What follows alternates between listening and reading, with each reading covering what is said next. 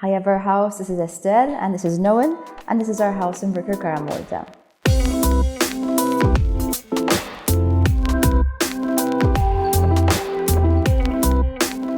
Around 2015 I was looking for a property, something perhaps I could restore myself. Even though the interventions are minor, it took 5 years. Majority of the alterations happened on the third floor. It was divided into a small room and a very, very small workshop. The idea was to build through the terrace and drop the walls in between, so this would be an open plan. The bedrooms are downstairs. I went for an upside-down layout. There was a lot of discussion with family trying to convince me not to play around with the layout, but I'm happy that I persevered with this. The light was all up here. This was very important for me, that the place I'm going to be spending most of the time in has to have as much natural light as possible. I also tried to stick with the new being the new and the old kind of trying to remain old.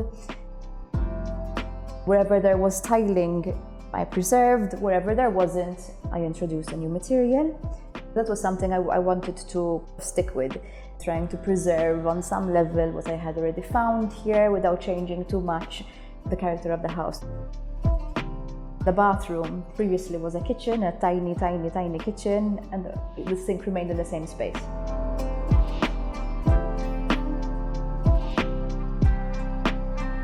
The feel up here is very different from downstairs. If it were up to me, I would have left much more exposed. My sister was studying to become an architect at the time, and she was all the problems that are gonna present themselves as you live in the space, and she was right. But this was a happy compromise. The whitewash and then the exposed concrete with the shuttering.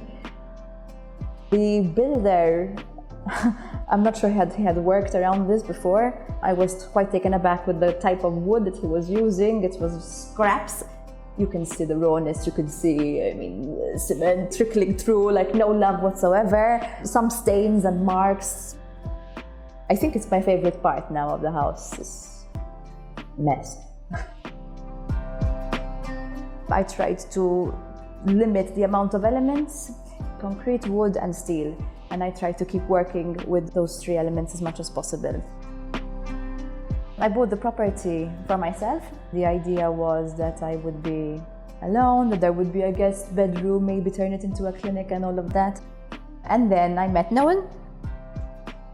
We were moving into the place as a couple, so my original idea kind of still held at that particular point in time. Then we decided to foster 2 boys.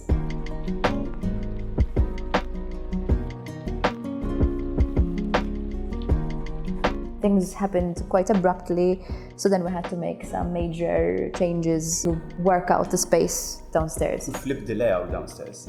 Oh yeah, we flipped everything downstairs. What was the bedroom became our study, what was the walk-in closet became the boys' bedroom, and what used to be the study became our main bedroom.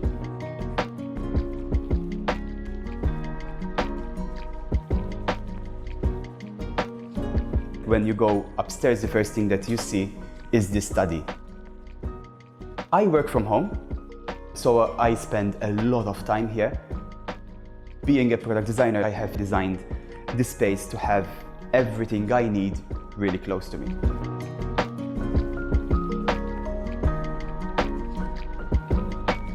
Since the walk-in closet, which then became the boys' bedroom, is relatively small, we had to sort of think on how to make it expand so it doesn't feel too claustrophobic. One way we did that was to have 2 doors that open and extend into the study, so that then becomes their play area. We have a big shelf as well that we put all our books in, and even the boys can go and pick and choose their books from there before we go to bed and read the story. One other reason why we put the desk sort of bang in the middle of the room is because A, I can greet whoever comes in, and B, when the boys are playing, I can sort of have one eye on Figma and the other eye on them.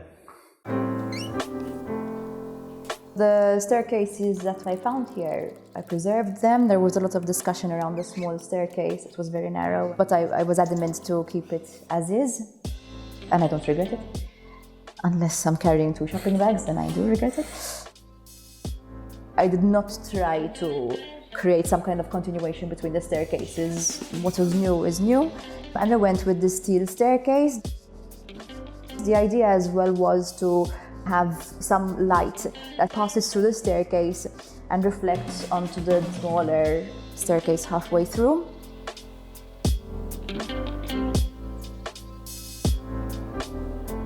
The kitchen is somewhat unconventional.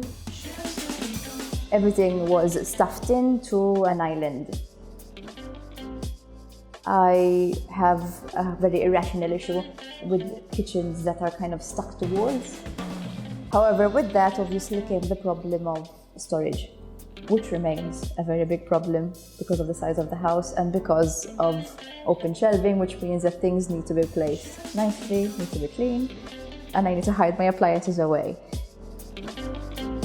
The original idea was that the sink wouldn't be where it is, and the floor just kind of goes up over the kitchen and down. And instead I went for micro cement. I tried and failed to match the color, but I think it goes in really nicely. It's still earthy anyway.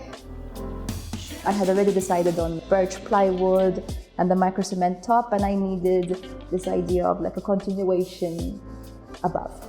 My dad did the structure for us, very, very simple structure, and it serves its purpose well.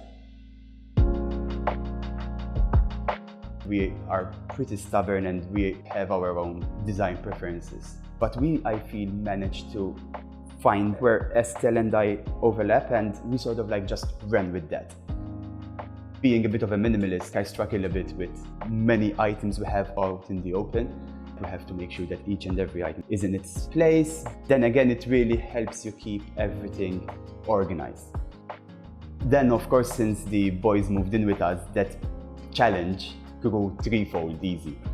Being kids, they need their toys, they need their stuff. So we needed to be very creative with how we inject storage space into their tiny little bedroom, and of course, outside of that as well. What's great about the space, it still worked. I mean, we've seen all these changes. The changes happened quite suddenly. The house just seemed to evolve, accommodate whatever it was presented with, which is quite fantastic, I think, about this place. Subscribe to the Everhouse channel by clicking on the logo to receive updates on our latest episodes. If you have a project we could feature, get in touch with us at everhouse.co.